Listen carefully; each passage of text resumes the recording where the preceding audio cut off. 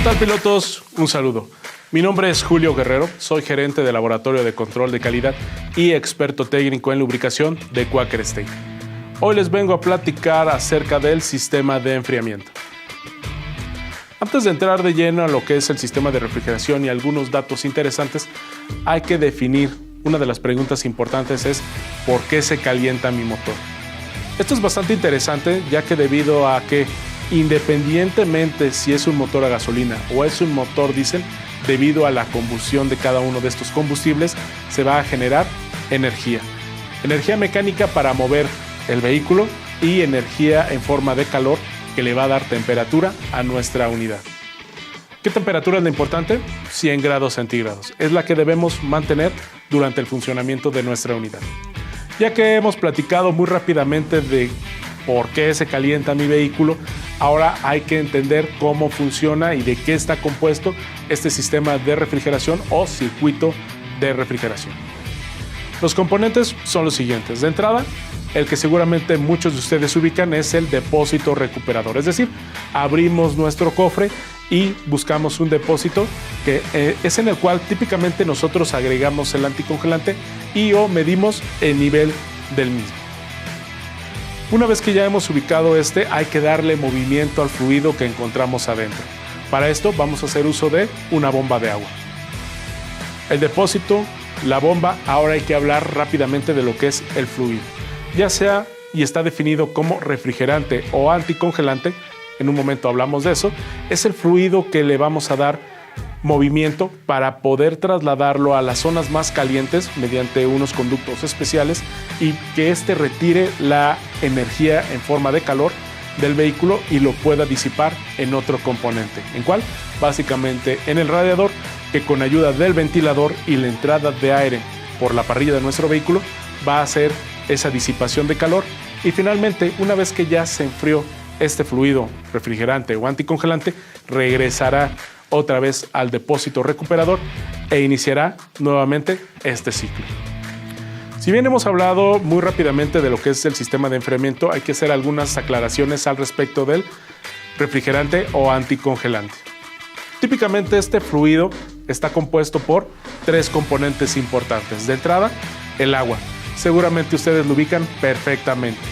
El agua dentro de este sistema se va a encargar de retirar todo ese calor. Es el agua lo que se conoce como el refrigerante.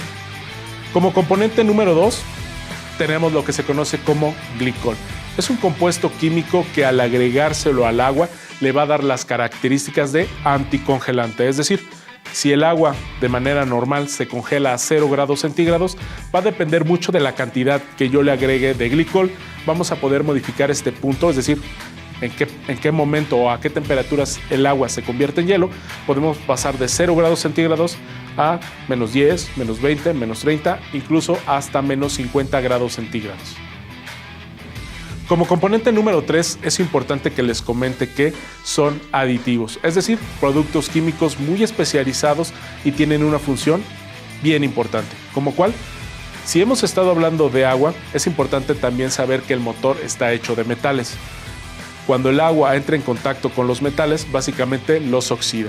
La importancia de los aditivos es que estos van a formar una capa protectora en los metales de tal manera que cuando se acerque el agua los va a estar rechazando. Es decir, en pocas palabras, va a evitar que el agua oxide nuestro motor.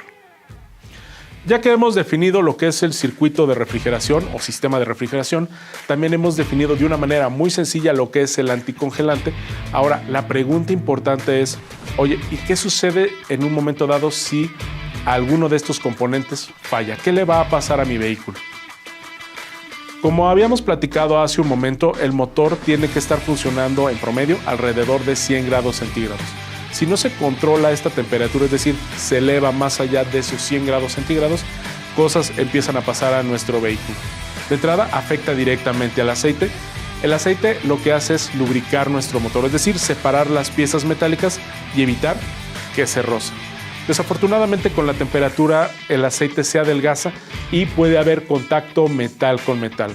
Recuerden que el motor trabaja a altas revoluciones y la fricción, el rozamiento que hay entre partes va a ser bastante elevada, la temperatura se va a elevar mucho Los metales se expanden y en un momento dado, sobre todo en la zona crítica de los anillos y las camisas, el cilindro simplemente se puede, o el pistón, perdón, se puede simplemente atorar, o como comúnmente se conoce como amarrar, y posteriormente se va a desvielar, simplemente por no cuidar la temperatura. Otra de las preguntas importantes que usualmente me hacen es: oye Julio, ¿el anticongelante se cambia? La respuesta es sí. Para tener más información al respecto de este tipo de fluido, ustedes deben consultar el manual de operación, es decir, el manual de usuario. Ahí vendrá toda la información que ustedes necesitan para hacer este cambio. Otra de las preguntas importantes también en este aspecto del anticongelante es: oye, ¿y cuánto dura? En el mercado existen muchas tecnologías y varias kilometrajes o varias duración. Puede ir desde los 20,000 kilómetros hasta los 5 años. Mucho va a depender de la tecnología y sobre todo de los aditivos.